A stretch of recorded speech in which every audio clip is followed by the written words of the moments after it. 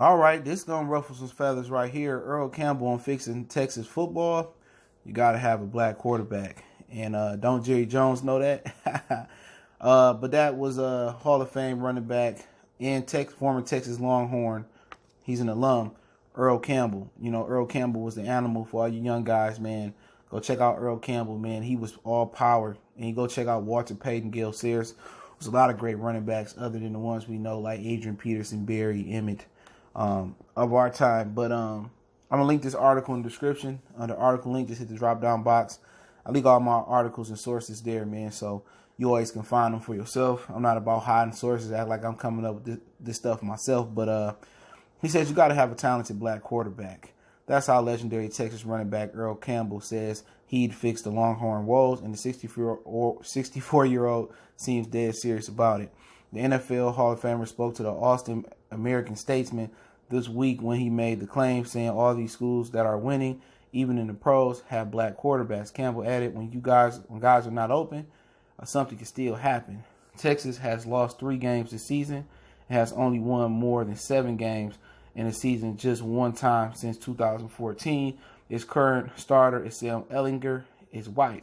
Now, Ehlinger, if you ain't seen him play, he can play. He kind of like Tim Tebow, man, with a better throwing motion, but he can play. I like Sam Ehlinger. I just think most of their problems are on the, defensive side.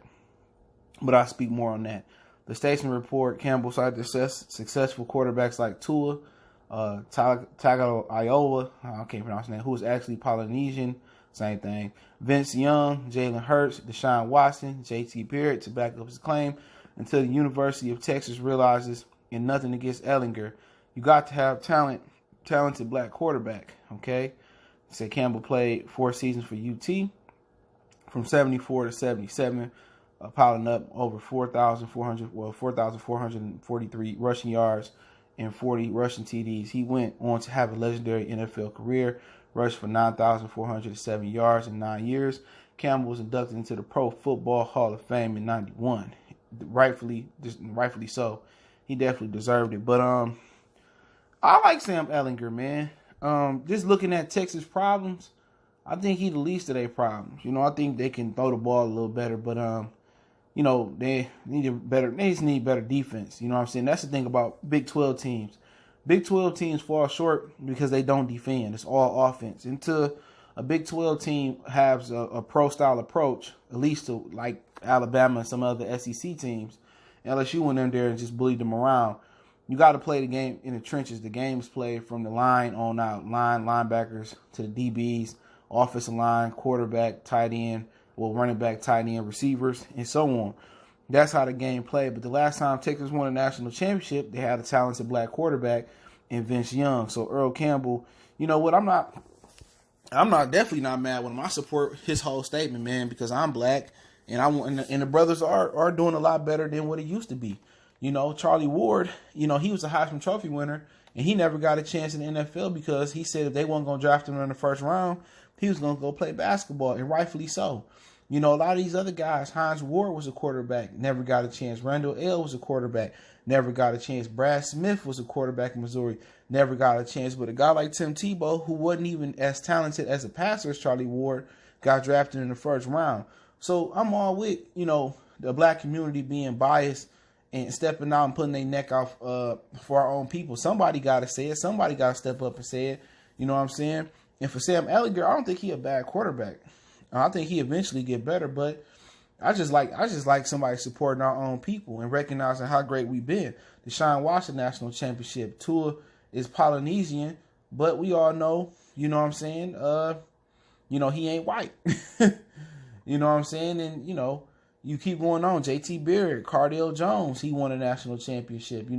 They did good with Braxton Miller. They did good with Dwayne Haskins. So there's been a lot of successful, black quarterbacks. There's been some successful white quarterbacks too. Joe Burrow is looking really, really good this year, but the quarterback position is changing, man. It really is, man, because now you're seeing, Lamar Miller having success. Russell Wilson won a Super Bowl. That's something that Dante Culpepper, Randall Cunningham, and a lot of other Warren Moon never had an opportunity to do it. Cam Newton almost won one. He revolutionized the way it's played. And Sam Ehlinger, he played like a brother, real talk. So did Tim Tebow. Tim Tebow he approached it like a brother. But I agree with Earl Campbell. The black quarterback is the wave of the now. It's the wave of the future, man.